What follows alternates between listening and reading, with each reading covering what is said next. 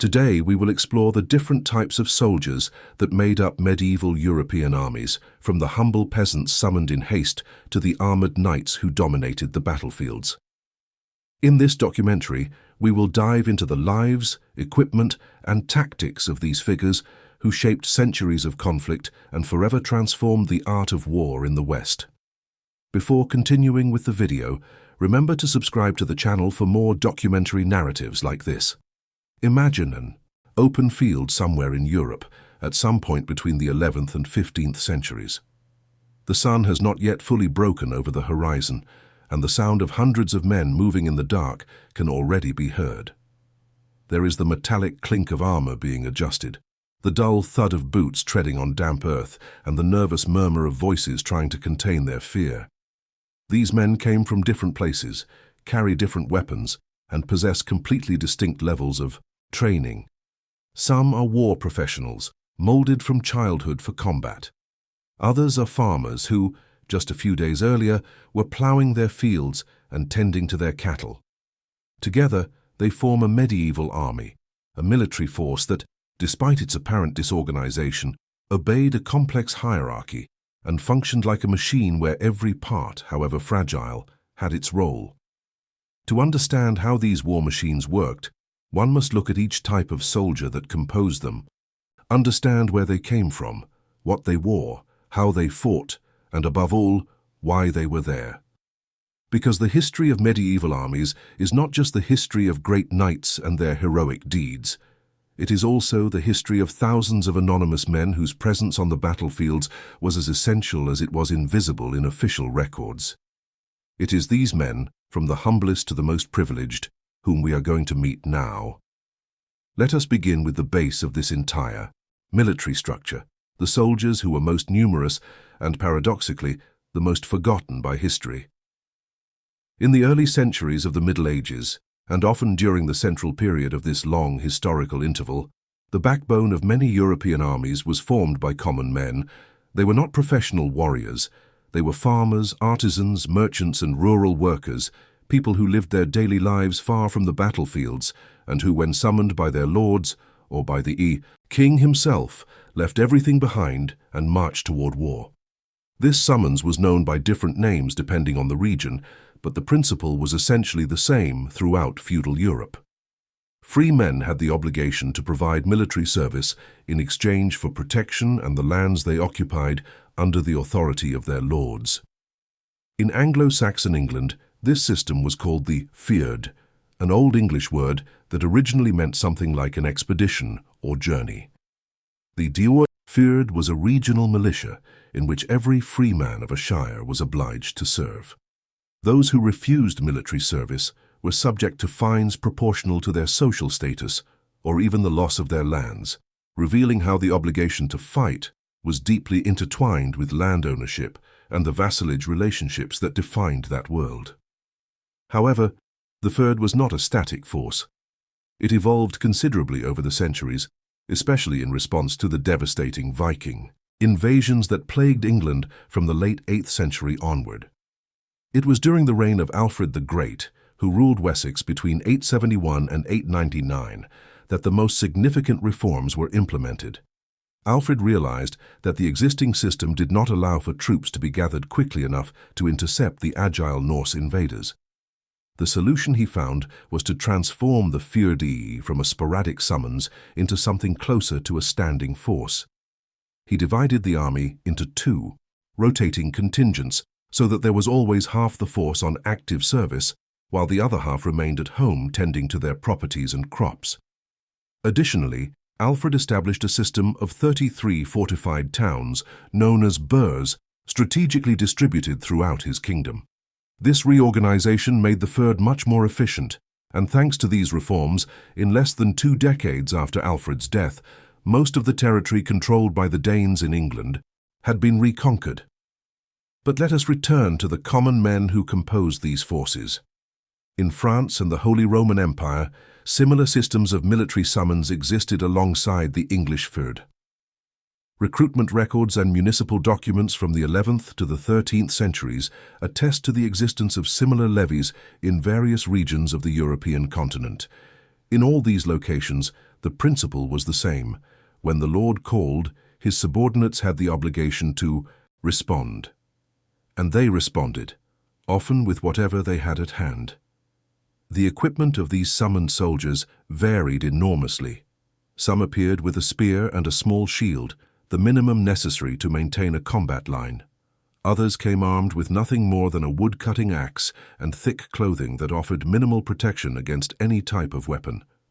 Only the wealthier peasants possessed items such as a helmet or a mail shirt, pieces that for a war professional would be considered basic, but for a laborer represented a small fortune. The vast majority of these men fought with light armor, or in fact, no armor at all. Training was equally precarious. Records from English shires mention occasional days of weapons practice, in which men gathered to exercise the basic handling of spears and shields. But these events were sporadic and insufficient to transform farmers into competent soldiers. There was no annual training routine for these levies, and years could pass without them being called to service. When they finally marched to war, many of them had never wielded a weapon in real combat. Despite all these limitations, summoned soldiers frequently constituted the largest part of a medieval army. It was they who provided the numbers necessary to fill the battle lines, to hold defensive positions, and to give volume to a military force that without them would be only a handful of knights and war professionals. At the Battle of Faux, Hastings fought in October 1066. The famous English shield wall that faced the Norman army of William the Conqueror was predominantly composed of 3rd Infantry. These men, many of them simple farmers and artisans, held their positions for hours against repeated charges of Norman cavalry, a remarkable demonstration of resilience for a force composed mostly of non-professionals. Centuries later, soldiers summoned in a similar manner still formed the numerous ranks in major confrontations.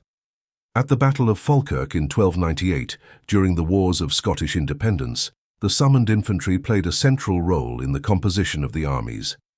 At the Battle of Courtrai in 1302, also known as the Battle of the Golden Spurs, Flemish militias composed largely of artisans and common citizens surprisingly defeated the French heavy cavalry, proving that, under certain circumstances and with the right terrain, even soldiers without formal training could achieve extraordinary victories.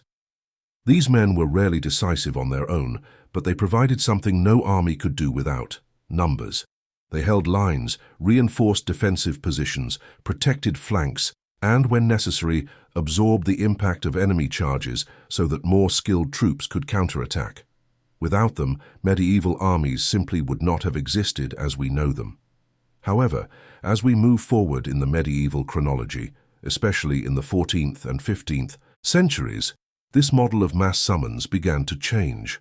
Rulers began to depend increasingly on a combination of professional salaried soldiers, noble retinues, and contracted mercenaries to form the core of their combat forces. The era of armies based purely on feudal summons was coming to an end, replaced by something closer to what would eventually become the modern professional army. But this transition was slow, and for centuries, the two traditions coexisted on European battlefields.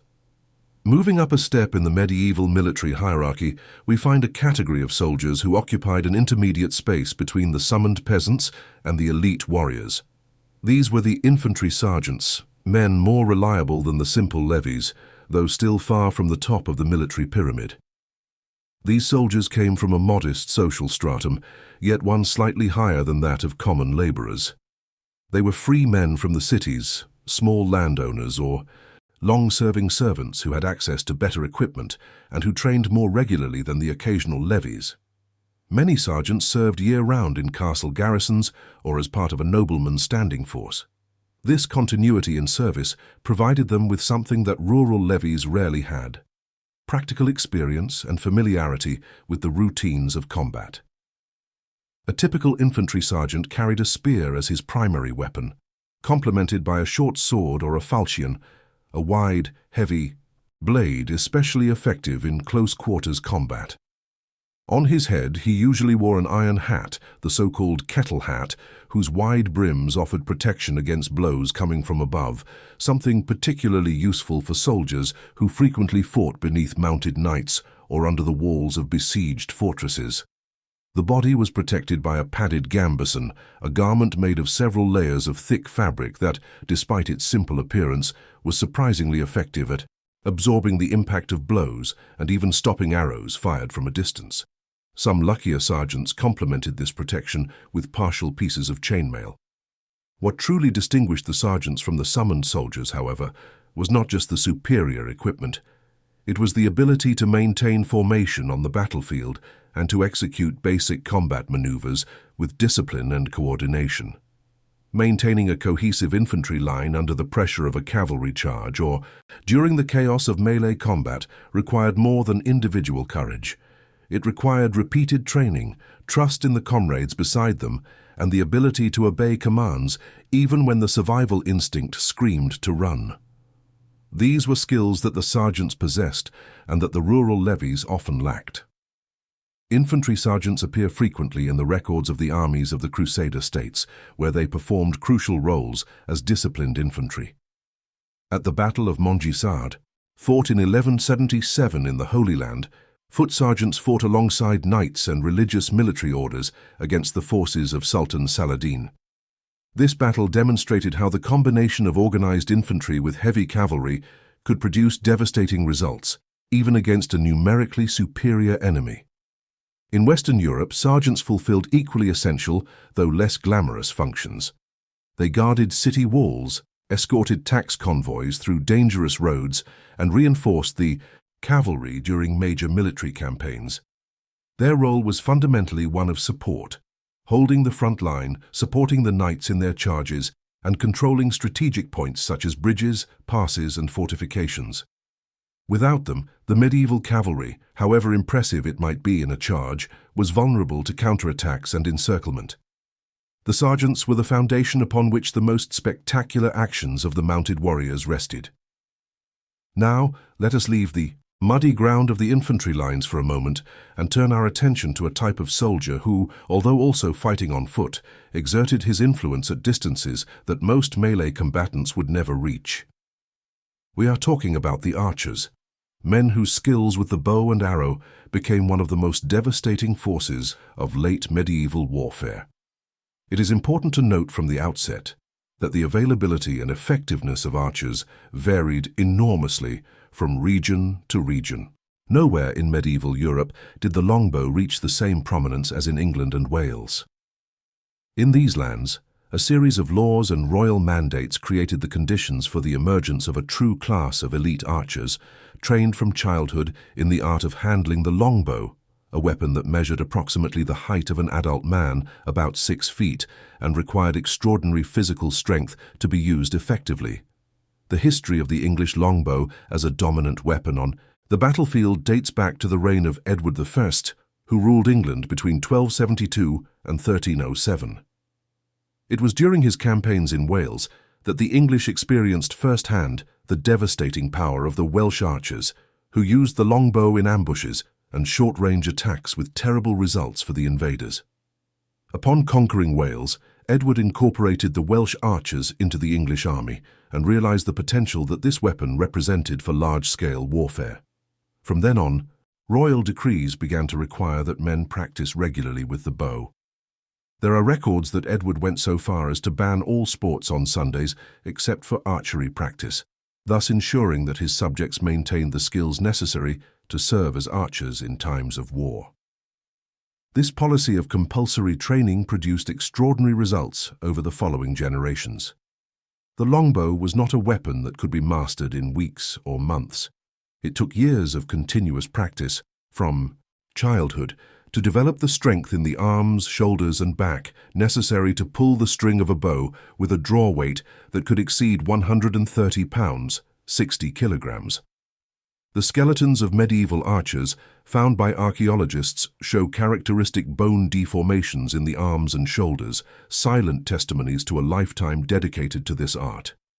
The strength of the English longbow did not reside only in the individual penetration power of each arrow, though that was considerable. Its true advantage lay in the volume of fire. A well-trained archer could fire between 10 and 12 arrows per minute, a rate of fire that, multiplied by hundreds or thousands of archers positioned side by side, created a true storm of projectiles capable of covering the sky and obscuring the sunlight. It was in the 100 Years' War, the long conflict between England and France that stretched from 1337 to 1453, that the English longbow achieved its legendary status. The Battle of Crécy, fought in August 1346, was perhaps the most dramatic demonstration of the power of this weapon. The English army, under the command of Edward III, had approximately 8,000 men, of whom about 7,000 were archers. Positioned on high ground, the English awaited the attack of a much larger French army. The French first sent their Genoese mercenary crossbowmen, respected professionals, but who on that day were at a disadvantage. A sudden rain had soaked the strings of the crossbows, reducing their range and power. The longbows, on the other hand, had easily removable strings that could be kept dry. When the battle began, the Genoese crossbowmen, firing 3 to 5 projectiles per minute, stood no chance against the 10 to 12 arrows that each English archer launched in the same interval. The storm of arrows was devastating. When the Genoese tried to retreat, the French cavalry advanced over their own allies, creating a chaos that the English exploited mercilessly. By the end of the day, French losses included thousands of knights and soldiers. English casualties were minimal. Almost 70 years later, at the Battle of Agincourt, fought in October 1415, the longbow once again demonstrated its effectiveness. King Henry V of England, leading an army exhausted and reduced by disease, faced a much superior French force. The English, who numbered approximately 6,000 soldiers, of whom about 5,000 were archers, were in a desperate situation. They had marched more than 250 miles, 400 kilometers, in 2.5 weeks. Many suffered from dysentery, and their supplies were exhausted. But Henry positioned his archers protected by sharpened wooden stakes and by the muddy terrain that the previous night's rain had created. When the French knights charged, their mounts sank into the mud, and the archers unleashed a rain of arrows that turned the field into a scene of carnage. The bodkin point arrows pierced the gaps between the armor plates, wounded horses, and brought down knights who, bogged down in the mud, could not get up under the weight of their armor. The English victory at Agincourt became one of the most celebrated in European military history. Outside of England and Wales, archers existed but did not reach the same tactical dominance. The Italian city-states preferred crossbows. Scandinavia employed a combination of spearmen and archers. Eastern Europe, influenced by the traditions of the Asian steppes, favored horse archery, a completely different technique that combined the mobility of the horse with the ability to fire arrows while moving. English archers typically fought with minimal armor, a gambesson, perhaps a leather hat or a light helmet, and relied on stakes driven into the ground or improvised fieldworks to protect themselves from cavalry charges. Socially, they were considered common men, but the skill they took years to develop placed them in a category apart, closer to specialists than to simple summoned soldiers. Let us now move to another type of long-range combatant who played an equally significant role on medieval battlefields, though for completely different reasons. The crossbowmen, soldiers armed with the crossbow, a mechanical weapon that launched short, heavy projectiles called bolts, were a constant presence in medieval armies, especially in the urban regions of France, Germany, Italy, and Flanders. The great advantage of the crossbow over the longbow lay in its ease of use. While mastering the longbow required years of intense physical training, the crossbow could be operated effectively by anyone with relatively brief training. This characteristic made the crossbow the ideal weapon for urban militias, composed of merchants, artisans, and citizens who could not dedicate their lives to military training but who needed to defend their cities against external threats. In a few weeks, a man could learn to load, aim, and fire a crossbow with enough precision to be useful on a battlefield or in the defense of a wall. The penetration power of the crossbow was impressive. Its bolts, shorter and heavier than bow arrows, hit the target with a concentrated force capable of piercing chainmail and, at shorter distances, even plate armor. This lethal capability, combined with the ease of training, made the crossbow a controversial weapon in medieval Europe. In 1139, during the Second Lateran Council, The Catholic Church attempted to ban the use of the crossbow against Christians, arguing that it was too cruel a weapon to be employed among the faithful. This ban, however, was widely ignored, and the crossbow continued to be used in conflicts throughout Europe during the following centuries. In siege situations, crossbowmen were particularly valuable. The ability to fire powerful and precise projectiles from behind walls and large shields called pavises made the crossbowman a formidable defensive force. The pavis was a tall, heavy shield, often decorated with the coats of arms of their city or their lord, which was driven into the ground to create a protective barrier behind which the crossbowman could reload his weapon in relative safety. In many professional crossbow teams, the operation worked in trios. One man held the pavise, another fired the crossbow, and a third prepared a second, already loaded weapon, thus doubling the rate of fire.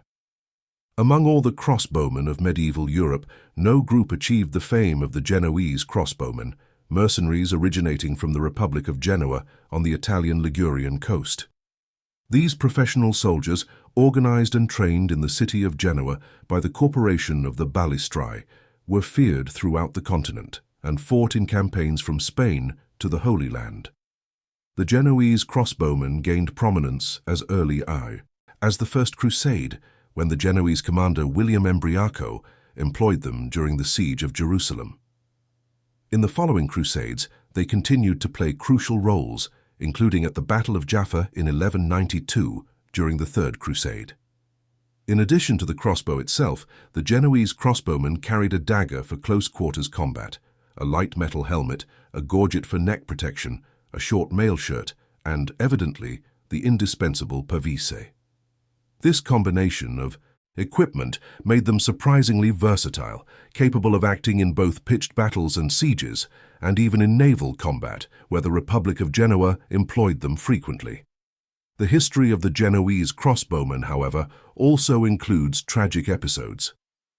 In the aforementioned Battle of Crécy, about 5,000 Genoese crossbowmen in the service of the French king were positioned in the vanguard to face the English archers.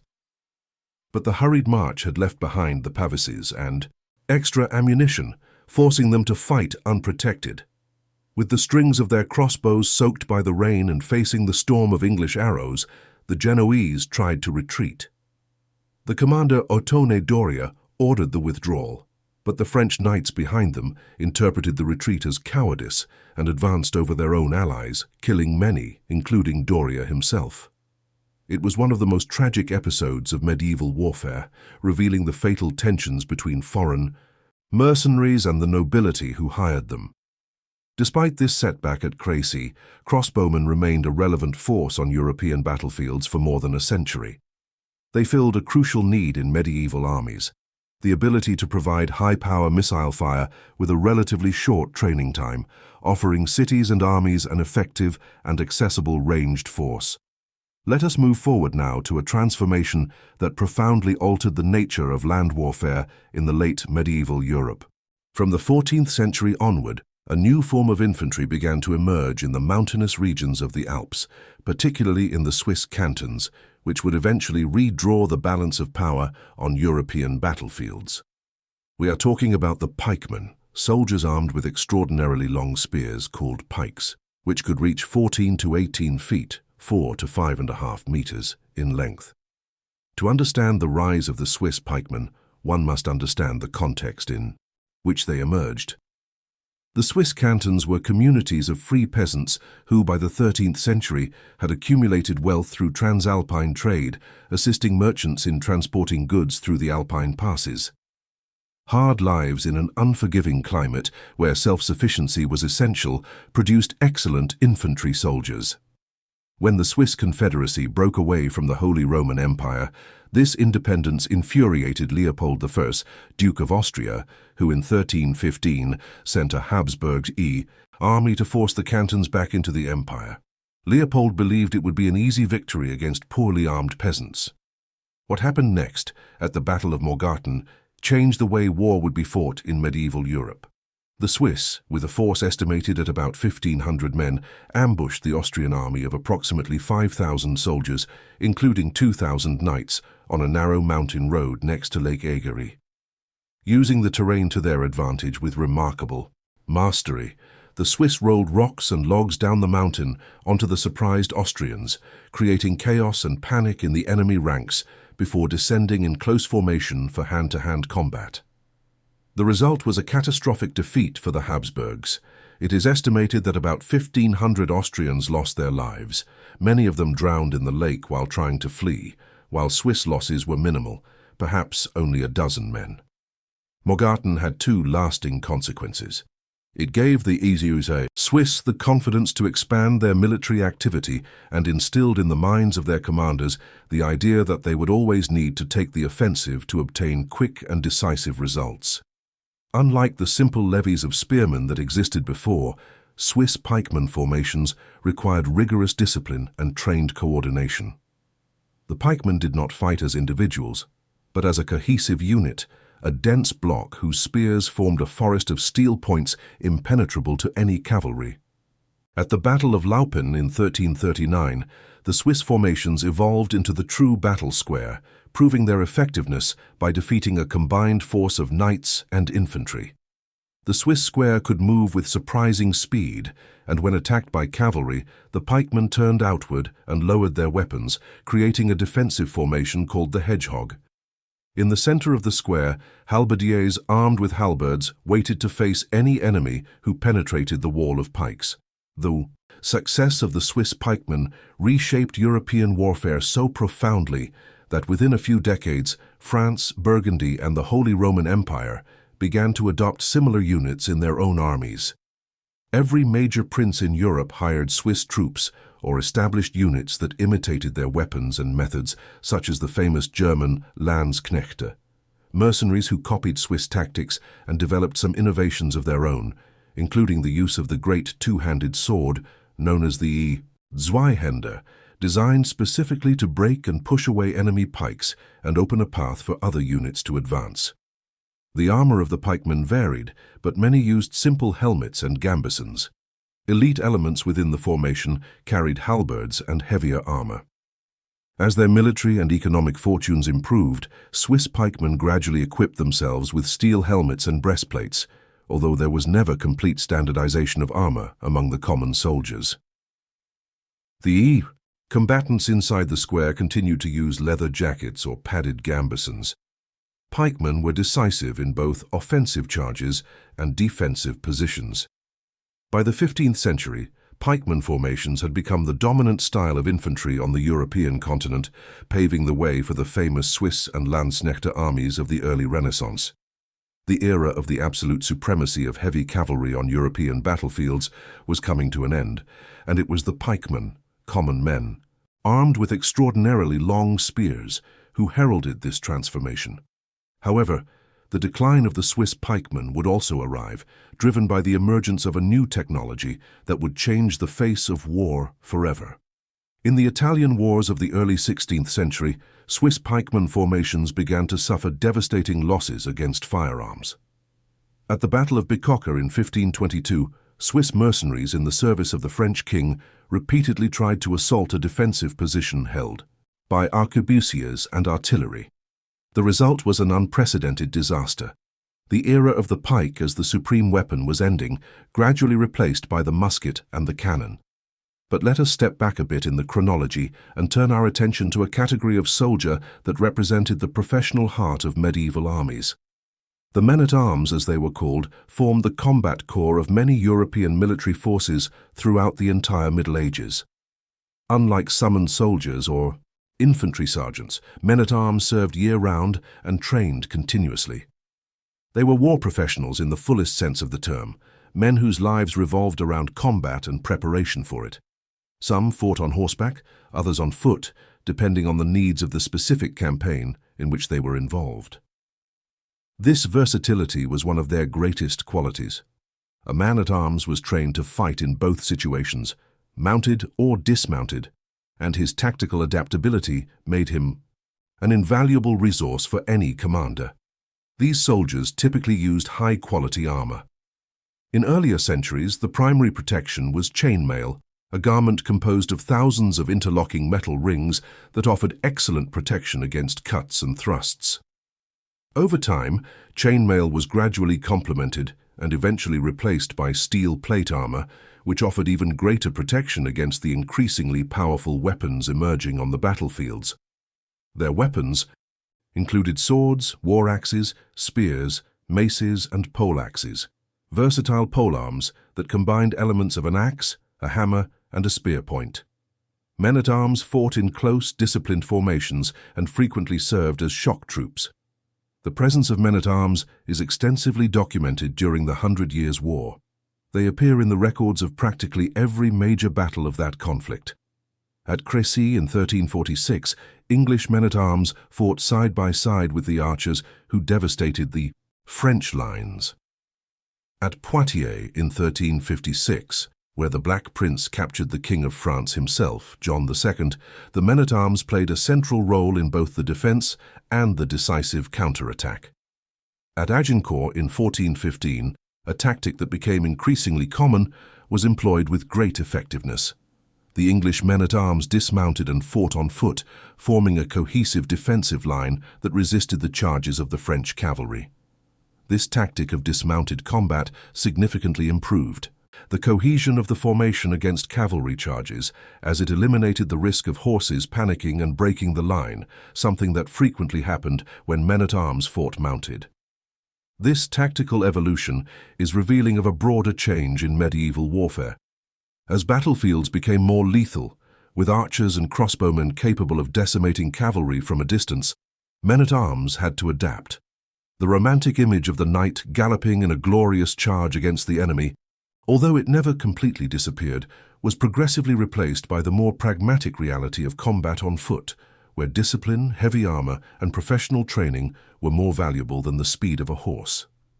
And it is precisely about these knights that we must speak now, as we reach the top of the medieval military pyramid. Knights were the absolute elite of medieval armies, the most trained, best equipped, and most celebrated warriors of their time. But it is fundamental to understand from the outset that they were never numerous. A typical Middle Ages army might field a few dozen or at most a few hundred knights against thousands of infantry soldiers. Their importance lay not in numbers, but in the exceptional quality of their training, equipment, and tactical role. The path to becoming a knight began in childhood. Around age 7, a boy from a noble family was sent to serve as a page in the house of another nobleman, learning etiquette, reading, and the rudiments of handling weapons. Around age 14, he was promoted to squire, a direct assistant to an experienced knight who instructed him in advanced horsemanship, combat with various weapons, and the complex rules of chivalric conduct. Only after years of service, and generally around age 21, did the young man receive the ceremony of investiture that elevated him to the status of a knight. The equipment of a knight represented the best that the military technology of his time could offer. His war horses, called destriers, were animals specially bred and trained for combat, capable of carrying the combined weight of the knight and his armor while galloping against enemy lines. The lance was the primary weapon of the mounted charge, designed to knock down adversaries with the concentrated impact of the entire mass and speed of the knight and horse together. For hand-to-hand combat, the knight had swords, maces, and war axes. His armor evolved over the centuries, from the chainmail of earlier periods to the full plate armor that by the 15th century covered the knight from head to toe in a shell of articulated steel. Knights formed the so-called shock element of medieval armies. Their primary tactical function was to break enemy lines through concentrated charges that combined the mass and speed of dozens or hundreds of knights galloping in close formation. When a heavy cavalry charge hit an unprotected infantry line, the impact could shatter an entire formation in a matter of seconds. Knights appear in practically every major battle of the Middle Ages. At Hastings in 1066, the Norman cavalry of William the Conqueror faced the Anglo-Saxon shield wall in repeated charges that, although initially repelled, eventually contributed to the disintegration of the English defense. At the Battle of Bouvines in 1214, one of the most important confrontations of medieval Europe, knights from both sides starred in fierce combats that decided the fate of entire kingdoms. But despite all their fame, knights depended fundamentally on the infantry that supported them. Without foot soldiers holding the lines, a cavalry charge meant little. The great medieval commanders understood this perfectly. The most successful battles of the Middle Ages were those in which disciplined infantry, effective ranged fire, and shock cavalry were employed in a coordinated manner, each element complementing the others. Socially, the role of knights extended far beyond the battlefield. They governed estates, administered justice on their lands, and functioned as the pillars of local power throughout feudal Europe. Chivalry was at once a military, social, and cultural institution, with its own codes of conduct and rituals. Tournaments, competitions where knights demonstrated their skills in simulated combat, were not only sporting events, but also important social and political occasions where alliances were forged and reputations were built or destroyed. Knights were often the smallest group on a medieval battlefield, but they were undoubtedly the most iconic. Their image, mounted on war horses with shining armor and banners in the wind, is the one that has most deeply engraved itself in the collective memory when we think of the Middle Ages. It is they who dominate the history books, the legends, the works of art, and the popular imagination. But as we have seen throughout this exploration, they were only the visible peak of a much larger and more complex structure, supported by thousands of men whose names were never recorded, but whose sacrifice and presence on the battlefields made possible every glorious charge, every celebrated victory, and every preserved kingdom. This is how we should understand medieval armies, not as a collection of individual heroes, but as complex organisms composed of interdependent layers of soldiers, each with its own functions, limitations, and essential contributions. From the peasants summoned in haste, wielding wood axes and wearing thick clothes, to the armored knights mounted on war destriers, passing through disciplined sergeants, lethal archers, professional crossbowmen, innovative pikemen, and versatile men-at-arms. Each type of soldier was an indispensable piece on the complex board of medieval warfare. The story of these men, in all their diversity, is the true story of war in the Middle Ages. It is not a story of glamour and glory, although those elements are present. It is a story of mud, blood, fear, and resilience. Of common men who marched to distant battlefields because their lords so ordered, of professionals who dedicated their lives to the art of war, and of an era in which the fate of kingdoms was decided by the clash of human bodies on muddy plains. It is a story that deserves to be remembered in all its complexity, because it is in the details of how these men lived and fought that we find the most authentic essence of what we call the Middle Ages. If this journey through medieval battlefields has sparked your curiosity and made you see the Middle Ages with new eyes, then our goal has been achieved. But the exploration does not have to stop here. There are many more stories waiting to be told, more battles to be analyzed, and more characters to be discovered in the forgotten corridors of history. If you have subscribed to the channel, you already know that new documentaries like this arrive regularly. If you haven't subscribed yet, consider doing so now. Each new subscription allows us to continue bringing detailed and in-depth narratives about the most fascinating themes of human history. Leave your comment telling us which type of medieval soldier caught your attention the most, which battle you would like to see explored in depth, or which historical period sparks your greatest curiosity. Your participation not only motivates us, but also helps us shape the content we produce. And if this video informed or surprised you, take a moment to leave your like. It is a simple gesture, but one that makes all the difference so that more people can discover the stories that history has to tell. Until the next documentary.